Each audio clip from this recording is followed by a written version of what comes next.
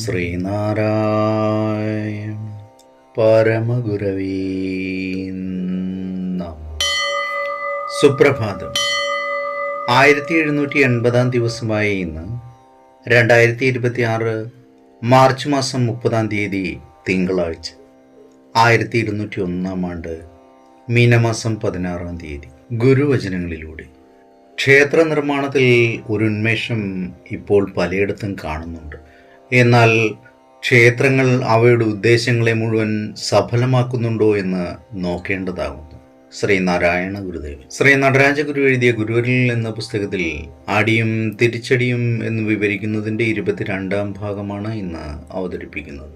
ഇതിഹാസ കഥകളിൽ നിന്നും തെളിഞ്ഞു കിട്ടുന്ന അടിയുടെയും തിരിച്ചടിയുടെയും സ്വഭാവം ഇത്തരത്തിലുള്ളതാണ്.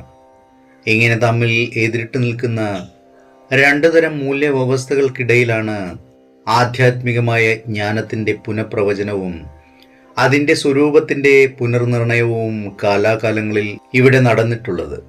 ജ്ഞാനവചസ് ഓരോ പ്രാവശ്യവും ഓരോ ഭാവത്തിൽ ആവിഷ്കൃതമായി തീർന്നിട്ടുള്ളത് ഈ രണ്ട് സാംസ്കാരിക ചേരികളോടും കൂടുതൽ സമരസപ്പെട്ട് നിന്നുകൊണ്ടാണ്.